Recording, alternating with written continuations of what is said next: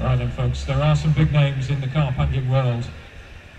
Historically, they've caught a lot of big fish over the years, but there's one man that stands out above almost all of the others, if not all of the others. Certainly over the last 20 odd years, he's shot to fame as a young man making his name down at Yateley and has caught anything that matters. There was one fish that eluded him, and I'm hoping that we'll hear about that a little bit later on. He's here every year. He's one of the most engaging characters, I've got to say, in carp fishing. When you listen to his slideshows, you can't help but be impressed, both by the man, the dedication, but also the fish that he's caught. Personally, I think he used to be a fish, because he's got that mindset and he seems to know where they are all the time and how to catch them. But that's enough about me. Let's hear who that man is. Here's Terry Hearn.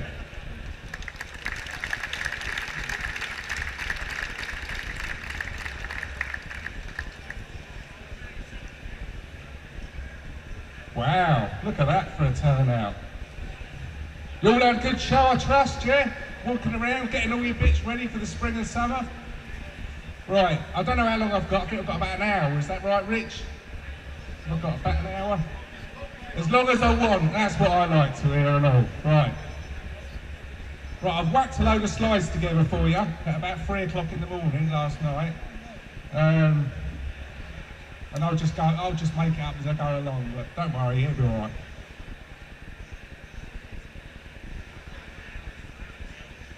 Okay. As I'm sure you might have guessed, I'm doing the slideshow on Wazing, Cranwell's Lake specifically. That's where it's the home of the current British record, the Parrot. And that's where I've been spending most of my time, most of my fishing over the last couple of years. Just have a sip of water. I've been rushing around, everyone's been looking for me.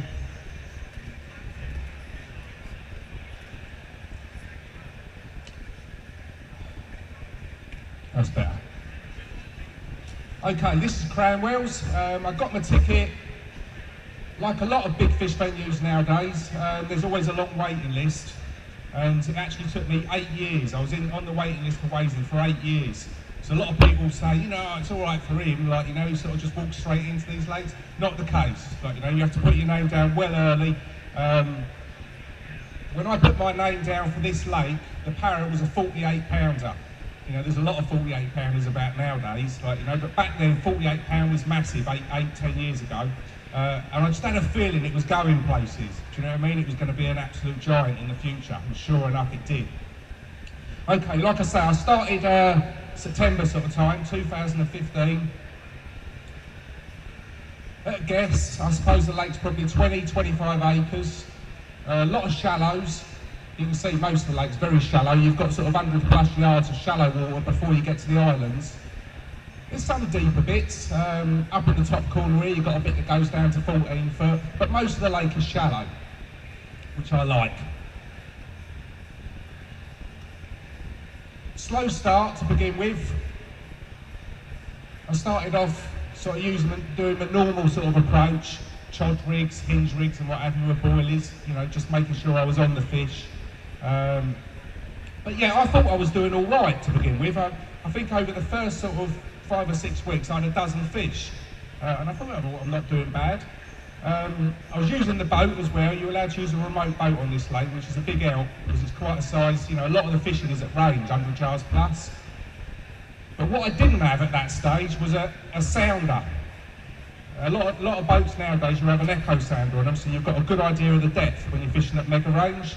And I'd never even used an echo sounder. I've got a hard boat on the River Thames, like a 17-foot cabin cruiser with my dad. I've never even used a sounder on that, let alone on a blooming remote boat. I haven't got a clue what they're all about, you know. So I had to learn, like, you know. So there was the first couple of months of just learning, picking up, you know, sort of learning as I went. Loads and loads of really nice, pretty fish in this lake.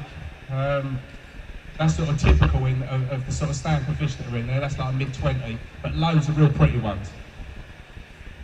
Now, like I say, it's a slow start, and I remember it all started happening for us really around sort of the start of winter, November time, late autumn. And I actually had a bit of filming to do for ESP, an Oxford Estate Lake, which I fished on and off for 17, 18 years now. And I hadn't fished it in a number of years. I knew they'd had otter problems there, and I was doubtful that there was even any carp left because of the otters. But that trip, over the course of 2 nights, I caught 18 carp, you know, which it was a real confidence boost, you can imagine, you know. I thought, right, everything's working fine, bait's working fine, the rigs are working fine, everything's bang on. And I'd done 2 nights there, caught those 18 fish, went from there, didn't even go home, I packed up, drove from there straight to Wazing, done another 2 nights and had 10 more. Like, you know, so over the course of like 4 nights fishing, I had 28 carp. Like, you know, so it was a bit, you can imagine, my confidence was through the roof. And that was 28 bites, 28 fish landed as well, not one loss. I think we'd all agree that, you know, if someone said, oh, you can hook 10, and you'll land 9 out of 10 every time, we'd all say, yeah, I'll have a bit of that, like, you know, we'd all be quite happy with that, to land 90% of what we hook. So to hook 28 and land every one, I thought, right, something's working really well here. The rigs are perfect, everything was A1. That's from my trip on the estate lake. As you can see, it was a little bit hectic. Like, you know, I'd get one in the net, then the other rod would be going, and like, they were filming this as well, and I was like, oh, I've got to get the rod back out. We'll do the pictures in a minute, like, you know, I'll get the rod back out first, and before we'd even do the shots, that rod would be away again. It was mega. Lovely old carp. And that one there, I said earlier how I'd first fished the lake sort of 17, 18 years ago, and I'd caught that fish all the way back then. So like 17 years on, I've caught this one again, like, you know, and it hadn't grown much, it had grown a couple of pounds, 27 pounds, but lovely carp. So back to Wazing, like I say, I had that good trip at the estate lake, went to Wazing, and I'd already started concentrating in this particular swim. It's a swim called the Fridge. And it's where the deeper water is, and you've got an island with a bit of a bay in it, and as you can see, the wind rips across the lake, but in that bay it's quite sheltered. And in the winter, that's what you're looking for a lot of the time. You're looking for sheltered water out of the winds. This was sort of on the wind, but off the wind, if you like, down the windward end of the lake, but still in sheltered water. But the swim itself would get battered. Like, you know, the conditions I fished through last, on that, this isn't this winter just gone, it's the winter before, but the conditions I was fishing through were atrocious. But I'm sure any of you that were out last winter doing a bit will remember it was one of the mildest winters on record. Like, you know, really, really good year. That's one out of Wazing. That's out the actual Fridge swim, 36. That was my first one of the better ones. I should say a little bit about rigs and bait in a minute. Another one of the scaly ones. You can just sort of see the type of fish that are in there. My kind of carp. I really do like the dark old scaly fish. 37 pounder. Basically, from that estate lake trip onwards, everything just started coming together. Slow start, but from that point on, it was as though I couldn't sort of put a foot wrong, if you know what I mean. Now, normally in the winter months, I like to do a bit of river fishing. I fish for other stuff as well as carp. I like a bit of barbel fishing, perch, zander, pike, whatever. And last winter was so mild that I never got a chance, you know. Every time I went carp fishing, it was still happening. And I kept saying, like, you know, as soon as it goes cold, we'll get out perch fishing, like, you know, to my mates. But it just never happens. Like, it was the best winter I've ever had, so I carp fished right through. I already said a little bit about the boats. There's a lot of these I'm just going to skip through quite quickly to get towards the end. But you can see, you know, the sort of fish that are in the lake, real pretty ones. Right. Bait-wise, to begin with, I used boilies a fair bit, but particles just outfished boilies by a long, long, long way. And I'm finding that on a lot of lakes nowadays, you know. Everybody is using boilies, you know, and if you go to the right lake, fine, they still work well. But if you can try something different and get something different to what everybody else is using, the difference in your results can be absolutely mega. And on this lake in particular, I found that they liked the nuts. And because I was using the boat, it was very easy as well. I was using maize as well. The dynamite maize, they sell it in the cans and the jars. But instead of just cracking open a jar or a can when I got there, I'd actually boil it up myself at home. I'd open up a can, and then I'd put my own bits and bobs in there. You can use your own imagination there. But you know, you only have to walk around a supermarket and see all of the lovely things that they do, like, you know. But just try to be a little bit different. Just try to be a little bit different. I can't give away every edge, but there's some things, you know, just walk around in Tesco. The thing with maize is it's a real good carrier. It will take on anything.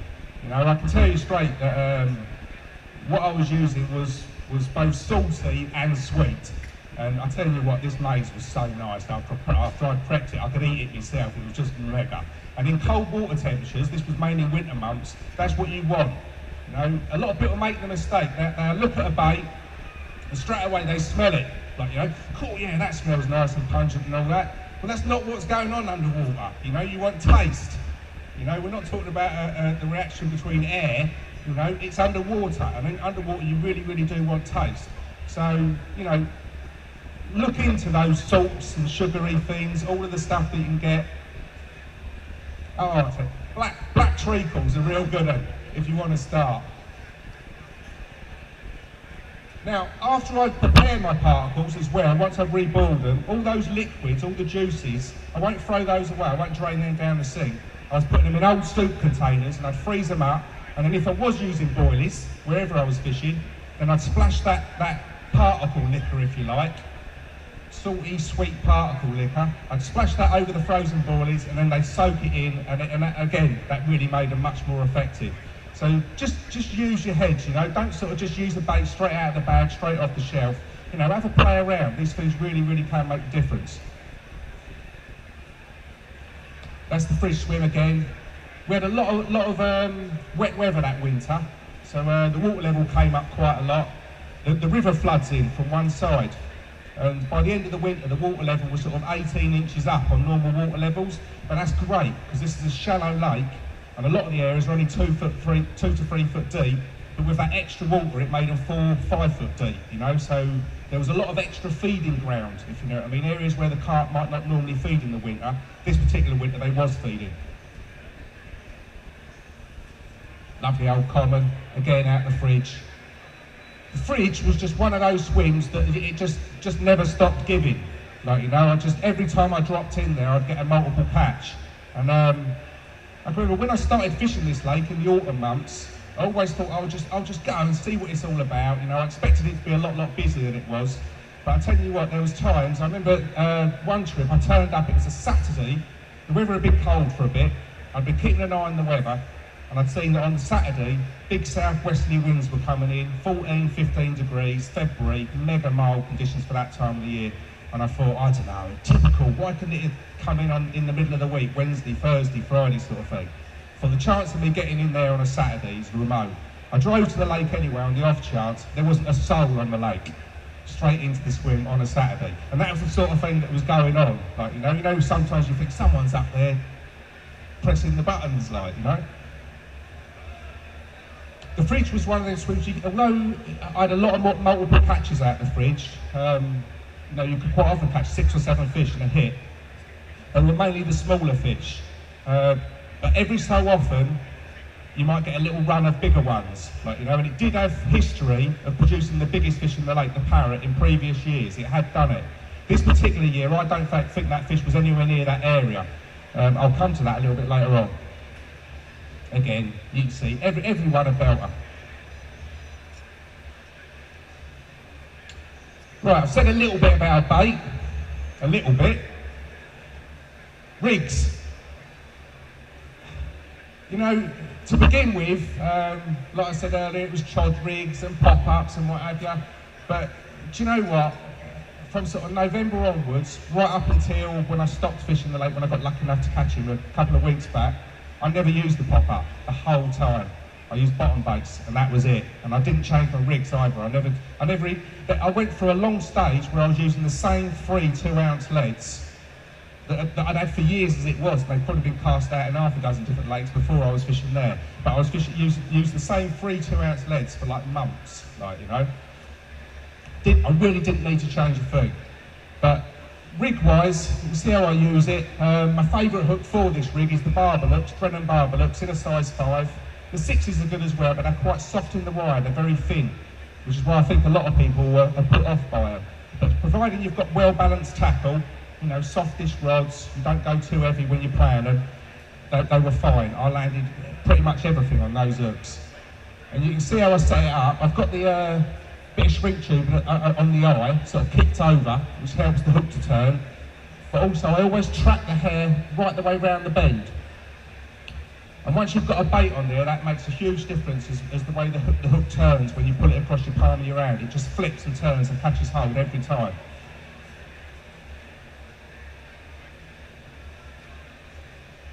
You can see hook holes were always mega, you know. And once you get your confidence in something, the only thing that was doing me head in was the Parrot, as its name suggests, has got a completely different mouth to every other carp in the lake. You know, so although I knew that my rig was perfect for the normal carp with normal shaped mouth, the Parrot's got a bit of a twisted mouth to one side and it's small and hard and whatever. I thought, I don't know, maybe it's not right for that fish, but I stuck to it anyway. And as you can see, I was going through a lot of rigs and all. That was one thing with this lake. Like most places you fish, you know, you might go somewhere for a 48-hour trip in the winter, and if you're lucky, you might catch one. When you get home, you might have to sort out your tea kit bag, like, you know, and clean your saucepans or what have you. This lake, because it was always so hectic, there was always so much going on, you'd get back after a 3 or 4 night session, and you had 2 days of sorting out your kit. You know, prepping bait, tying hook links, wiping down the rods, cleaning the boat, charging boat batteries, charging the e-stick batteries, charging the sonar batteries. It was just a massive list of stuff to do after every single trip.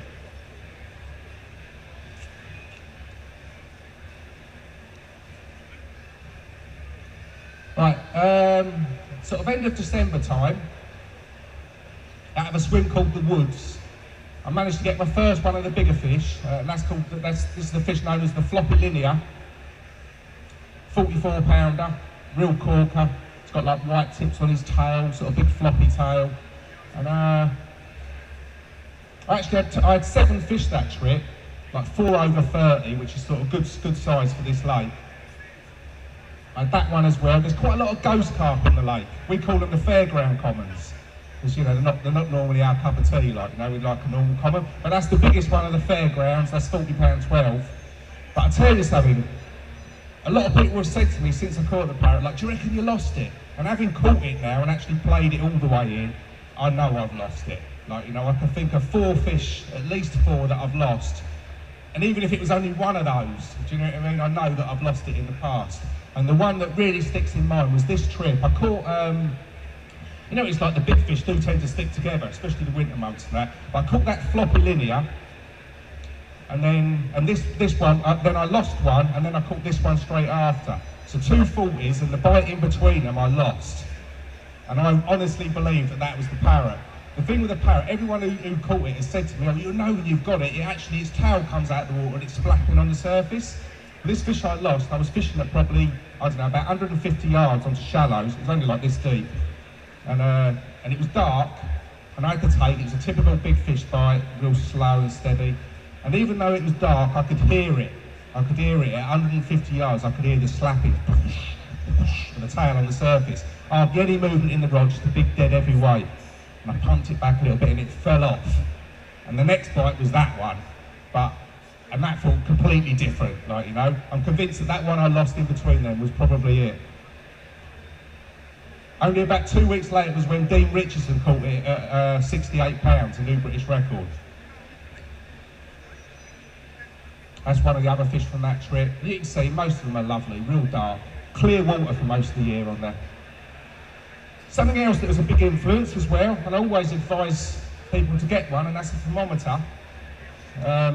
Winter months, you know, knowing what those temperatures are doing is really, really important, you know, as to where you fish. And just probably a good bit of advice is if it's been cold for a long period of time, so it's normally in the winter, when people ask, do you follow the winds or do you get off the back of the winds? Most of the time I would say get off the back of the winds. They can't like to be in the sheltered water. But if you've had a cold weather for a long time, maybe the lake's been frozen for 2 or 3 weeks, and then it picks up and the winds come in and you've got lovely southwesterlies and it's mild, 14 degrees and all the rest of it. In those conditions, I've so often caught right on the end of the wind. And the reason is, that's where it's going to warm up quickest. for water to warm up, if you've got a flat, calm lake and then it suddenly goes mild, it'll actually take quite a long time for that body of water to warm up, like, you know, because without something turning over the surface. I'll tell you what I always compare it to. It's like blowing on a cup of tea in reverse. When you've got a hot cup of tea, you blow on it to make it colder. It's exactly the same, but in reverse in the winter for warmer water. Like, you know, you want to be on that windward end, on the windward end of the lake when it's mild. Temperature-wise, if I was to give a good winter temperature for the winter months, really you want sort of 43, 44. But anything above 42 is good. I've caught them down to 39 Fahrenheit. This is I'm talking, but 44, 45 is 100%. Like, you know, I've heard a lot of people say, oh, it needs to be sort of 47, 48. No. Like 43 plus, it's game on. They're having it. And that's what else. Some of the fish, after we'd had those longer cold spells, and then the water would warm up, you get a mild spell, and when you caught them, you can see that they've been laying up because they've got leeches all over them. Like, you know, we always pick those off. But you can tell when the fish have been laying up close to the bottom because they will have leeches on them. It was seeing these fish with leeches that sort of made me suss what was going on as well with that fridge swim where I was catching the bulk. There's like an island, and just to the right of the island there's a bay. I think I've got shots of it a little bit later on, but there's a bay called Bog Bay. And Bog Bay is very shallow. This time of the year, this year the river hasn't flowed in at all, so the water's well down, and Bog Bay is probably only that deep at the back, and there's all reeds and what have you there. But this particular winter, where the river kept flowing in, the water was up, the water was coloured as well. There was extra depth in the reeds, and I'm convinced that the bulk of the lake stock was actually held up in Bog Bay, in the back of these reeds. And they were drifting out of Bog Bay over night time, drifting around the corner, and I was picking them up out of the fridge swim. But once the weather warmed up, sort of April time, the two fish that were missing, I saw pretty much everything in there, and I was even recognising 20 pounds. Oh, I caught that one out of the fridge in January or whatever, you know. I was recognising them all. But the two fish that weren't there was the Parrot, the number one prize that I hadn't caught, and another one called the Long Common. And I think it was sort of telling that those were the two fish that I never caught. They call that one Baby Parrot. I had to actually look twice when I saw it in the net. So, no, he ain't big enough, but it looks just the same. Floppy tail again, you know, it did get to a stage I started catching the same ones again, like, you know, I was doubling up on fish, but with a carp as pretty as that, I'm sure no one's going to shake him off the end when you caught it or not, you know. Another strong influence as well, and I've had this on a lot of lakes in the past, winter months. If you've got a flow of water coming into a lake, maybe a pipe, in this case on Cranwells you've got the river. You've got the River Kennet next to it, and because we had so much rain, such a wet winter, every time the River Kennet burst its banks and flowed into the lake would fish its head off. Like, you know, rivers tend to flow a little bit warmer than what the still waters are alongside them. So every time the river flooded, it was generally bringing the water temperature up. And of course, just fresh water coming into the lake, more oxygenated, a little bit of colour to it generally as well, but it really, really helps. And I think that's why, well, let's put it this way, in comparison, I think not this winter just gone, the previous winter, between November and March, I caught something like 70 odd carp, and that's like in the winter months. This year, I don't think there was more than a half a dozen caught between everyone through that same period of time, because the river never flowed in once. So yeah, it makes a big, big difference. That's actually where it flows in, and I remember this trip, I was bivvied up just to the side of it. I lasted 48 hours, and it was just like constant trickle. I actually caught a couple out of that swim, but the noise, the constant trickle, it's like Chinese water torture, I tell you. After 48 hours, I couldn't handle any more, and I just had to move. You know, when you walk away from noise after a long time, and suddenly the silence is deafening, do you know what I mean? You can, I can actually hear myself think. So yeah, I remember I moved out of there, real big winds and whatever, but the flow was sort of going to the left. So I moved down the bank where it was quieter, and I remember I put the rods out. That's it, from this swim, which is actually the swim I went on to catch the Parrot from this year. But I put the rods out from this swim. I got the first one out. I hadn't even put a bobbin on, I just sort of put the rods on the rest. as I'm putting the second one out, I had a bleep or two on the first rod, and I thought, it must be a liner or something. The tips were under the water, so I couldn't sort of see the tip nodding, you know, but I felt the line, nothing going on.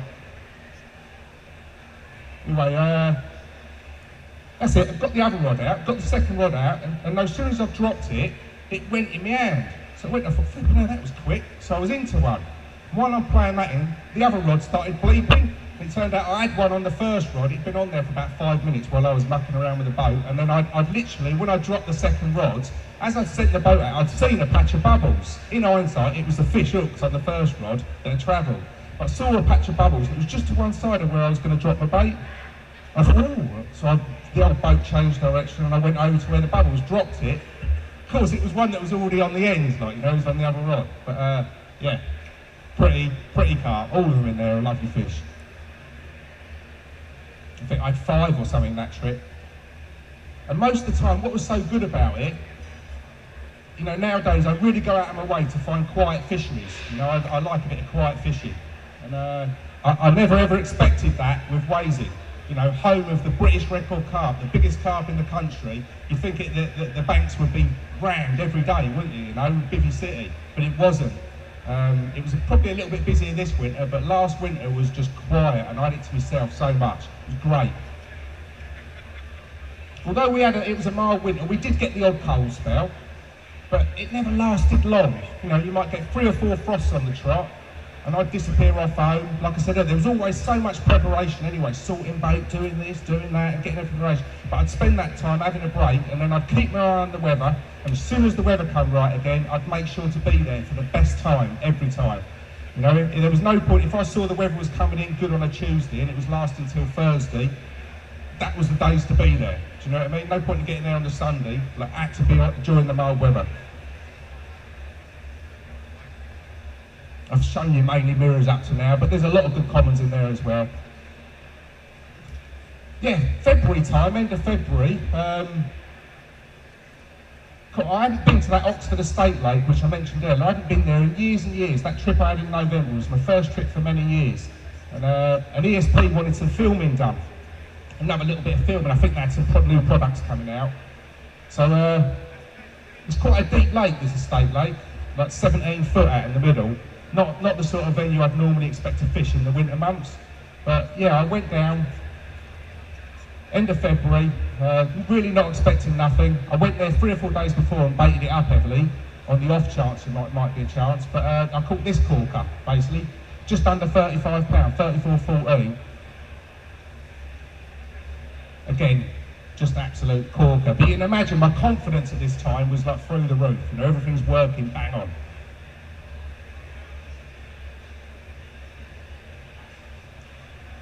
It's funny, I keep showing these same swim. This swim is actually where I ended up catching it. I'll get to that in a little bit, but I've done a lot in that swim, the Lifebuoy swim. Everyone a cracker. I don't know how many carp were in the lake. It sort of got to the stage where I was thinking, well, there's so many in here, the chances of getting through to that big one is like really, really slim. Yet someone would catch it, and they'd catch it as like their first bite or second bite, or I think in the 2 years that I fished it came out 5 or 6 times, and I think that one person had caught 17 carp out the lake or something, do you know what I mean? But every other capture of that, it was like they never had more than half a dozen. It was just that sort of a carp. Like, you know, it always came to the ends. You never caught too many. If you were catching a lot, it was like you weren't going to catch that one. Another one of the white ones, the old fairgrounds.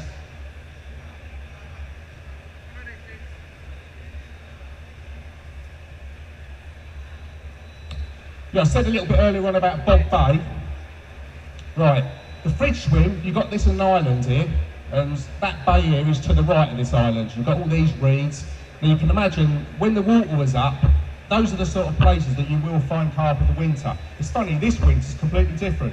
I went round there when I first went back in February, got up the trees and I could see the bottom everywhere in amongst the reeds. It was sort of no deeper than that. Shallow, crystal clear, not a carp in sight. Yet the previous winter, just with that extra 18 inches of water and a bit of colour, the difference it makes is massive. So if you're fishing anywhere like that, you know, a lot of people get it into their heads that, like, you know, winter time they're going to be in the deep water. November time, maybe December time, yes. But from Christmas onwards, those deep waters, the bottom in any depth of water is going to have hit rock bottom, and it's not going to warm up again until the spring. So you really want to be concentrating on shallow water sort of from January, February onwards. So many nice carping though. It's impossible for me to talk about all of them, you know, but I'll just sort of flick through them. That's one of the big ones, one I actually call the Big Simo, 47 pounder. That was out of Bog Bay. And it's funny because, like I said earlier, I was recognising pretty much everything in the bay, and I've caught most of them through the winter months. But one that was using the bay a lot that I haven't caught was this one. So it was nice to catch him in April.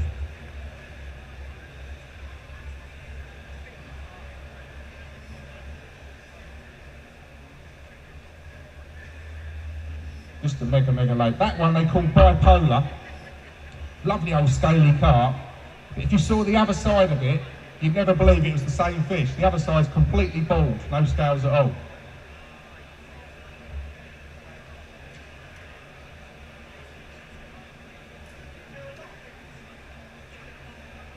Quite a lot of these shots are self-takes, like, you know, I've just got the camera on a tripod. But yeah, funny old ghosty, that one, with a bit of a weird wrist on his tail. That one was one of the characters. You can see this huge variation in fish, like, you know, one minute you can catch one that's a ghost carp, then it might be a lovely scaly dark mirror, and then you get one like this, like, you know, old lumpy, this one's called. On the other side he's got a big lump, you know how they get them, like, you know, these big chunky ones. Yeah, 38 pounder. I actually caught him 4 times by the time I stopped fishing there, and he liked, there was 2 swims where he always got caught from. I did twice out of each swim. Now, Waisley's got a close season, July time. Unusual time for a close season, but I've got to be honest, I was quite looking forward to it. You know, I'd fished my heart out right the way through the winter months. Normally I like me river fishing in the winter, I haven't got round to it at all, because the carp fishing carried on, it was so good. So when Waisley shut, July time, I've got a boat on the River Thames with my dad, on the tidal Thames. So straight away I thought, right, I'm getting out on the boat, do a little bit of river fishing, and this year, in past years, it's always been about the big perch and the carp fishing. But now, it seems like roach are the #1 species to be going for, and they fit in perfectly with each other, but in the winter months, zander, you know, for obvious reasons. Roach like eating, zander like eating roach. But, you know, so yeah, it's funny, every year, we've had the boat for 8 or 9 years now, and every year me and Dad are rubbing an hour, and you know, the moorings cost us 1,600 quid a year, split between 2 of us, so it's not so bad. But every year we say, you know, Dad, it's getting a bit expensive, like, maybe we should bring the boat home and put it in my garden. And that was what we were talking about this year until I started catching these roach. That one was actually on carp kit, that's a monster, that's £2.14. But after that I started fishing for them, just with method feeders, 12mm boilies, little size 10 hooks, and it was brilliant. I was going at midnight, and then only fishing through till first light, so you'd have like 4 or 5 hours each night. But I'd done half a dozen nights on the trot, and then I'd go home, have a bit of kip in the daytime, but brilliant fishing. Over the course of those half a dozen nights, I probably had, I don't know, 30, 40 roach over £1, like, you know, all good average.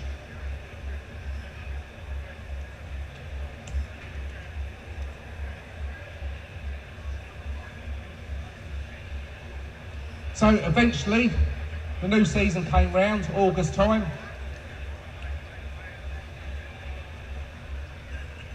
Straight away, I think very first trip back, I was lucky enough, I got in a good area, managed a 7-fish hit. A lot of the fishing at Waisley, when you do get on, you either blank or you get a hit. You have 6, 7, 8, even 10, 11, like, you know, sometimes when you get out on them, it's not so difficult.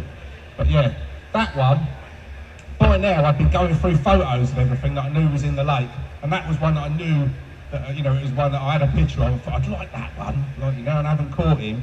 So it was strange how it started happening. All of a sudden, like, I went through a stage where I was doubling up, and then I could think of half a dozen different fish that I hadn't caught, and then over the course of 3 or 4 weeks I was picking off each one of those ones. Total luck, you know, I'm fishing 100 odd yards out in the lake, I can't see what's taking me bait, but sometimes it's like the right ones were coming to me.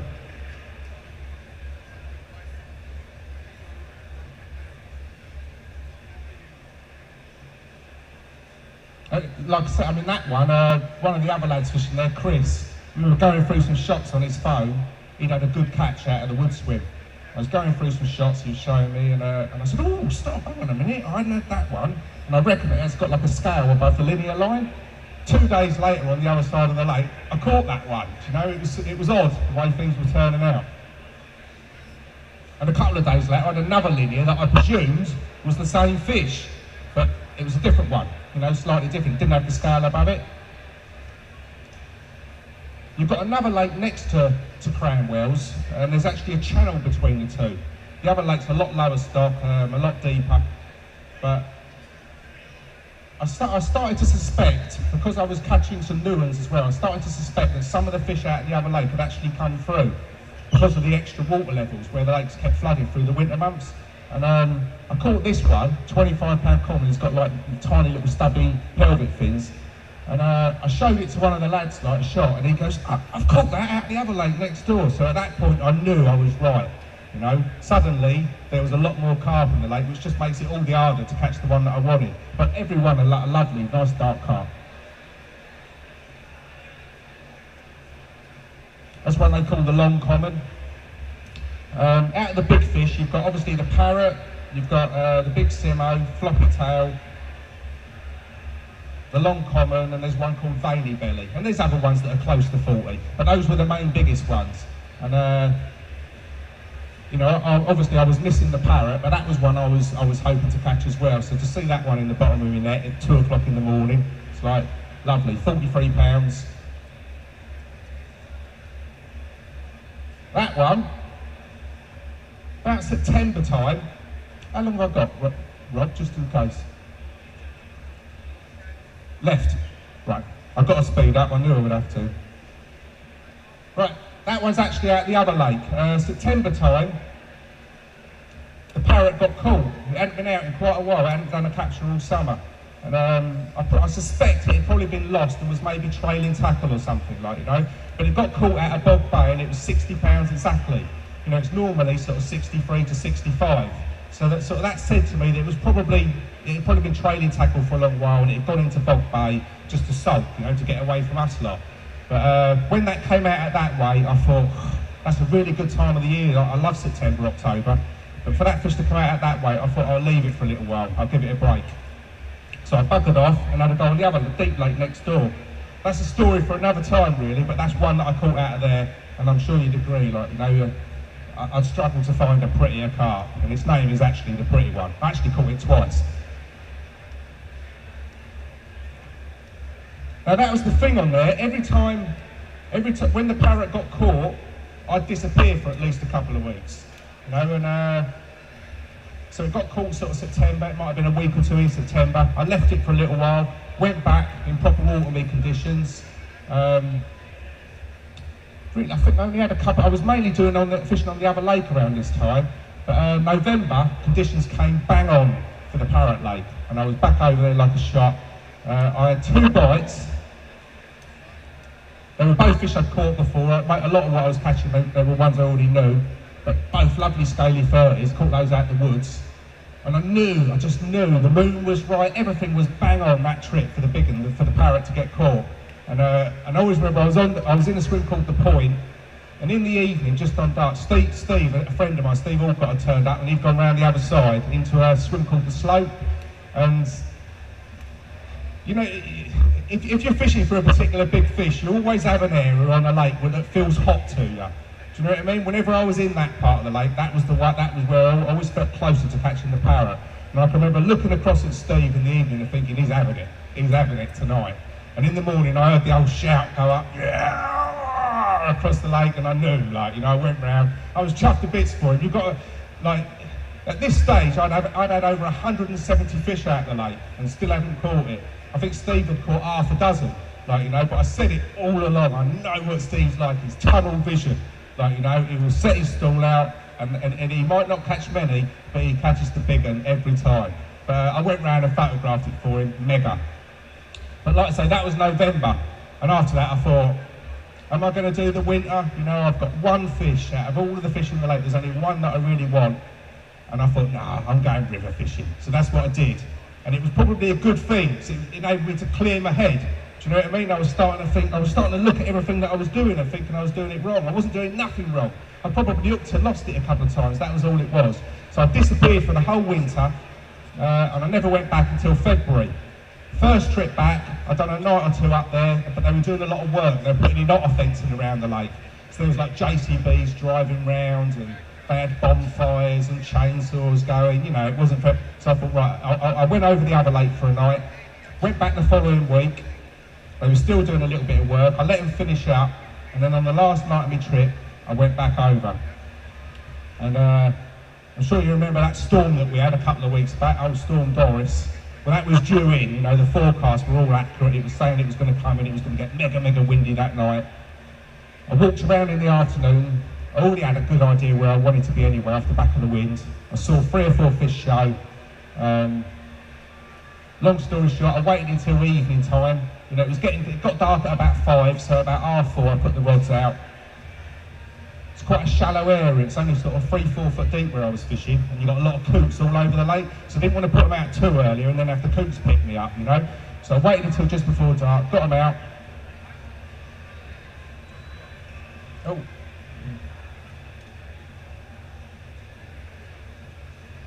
The swimming question, the life buoy.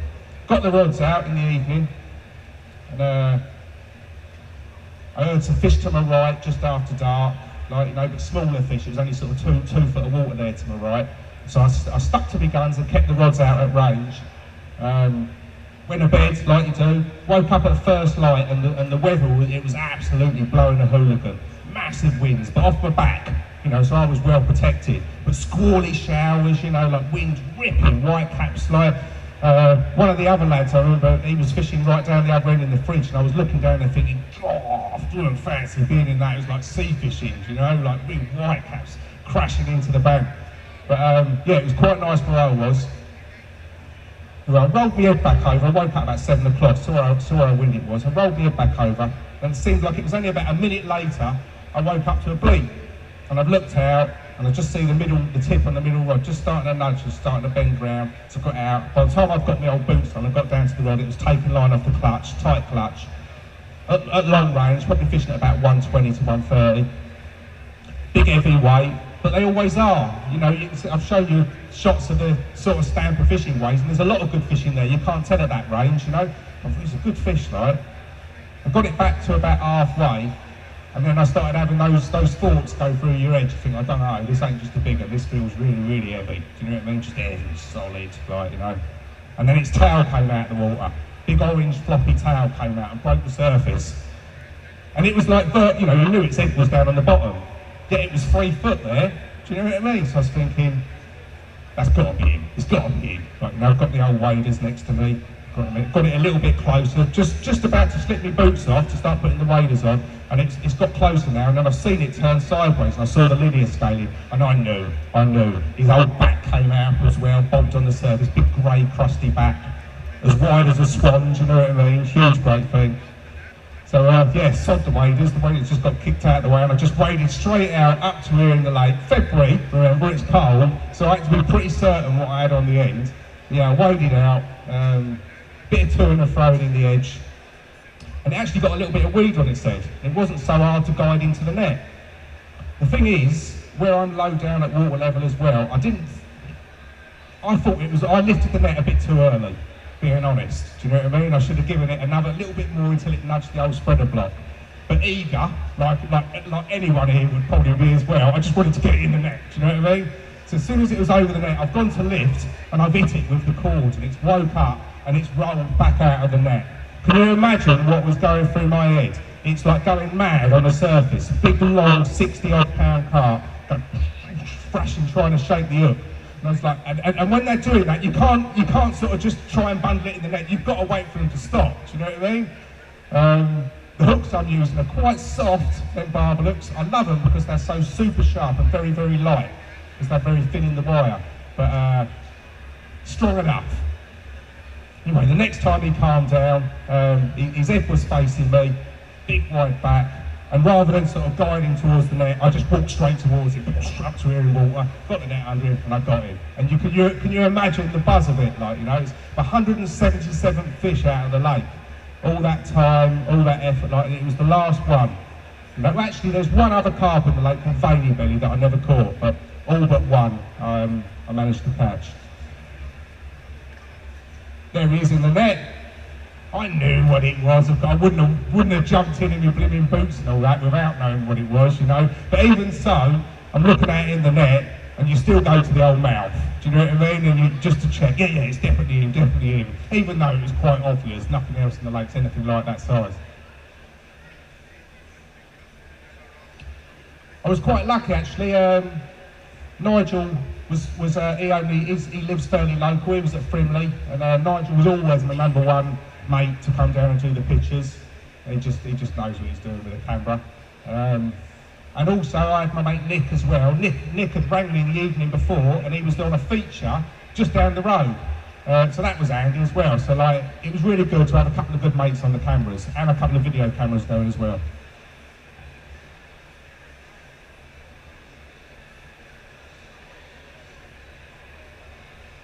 So there you go. 63 pounds of long, scaly English mirror carp. You know, absolute dream for me. 20 years since I caught a personal best carp. My previous personal best was Mary in 1996. And to be honest, I would have been quite happy if that was always my PB. Like, you know, real prestigious fish.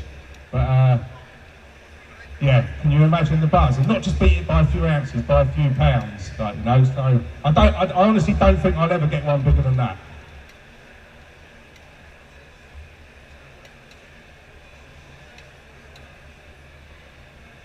Absolutely magical. So that's it. The Parrot. The current British record carp. Not a British record there, but 63 pound. Absolutely over the moon. Buzzing, not really a lot more I can say. Right, as always, thanks for listening and have a great spring and summer, yeah? Ladies and gentlemen, the legend it is, Terry Hearn.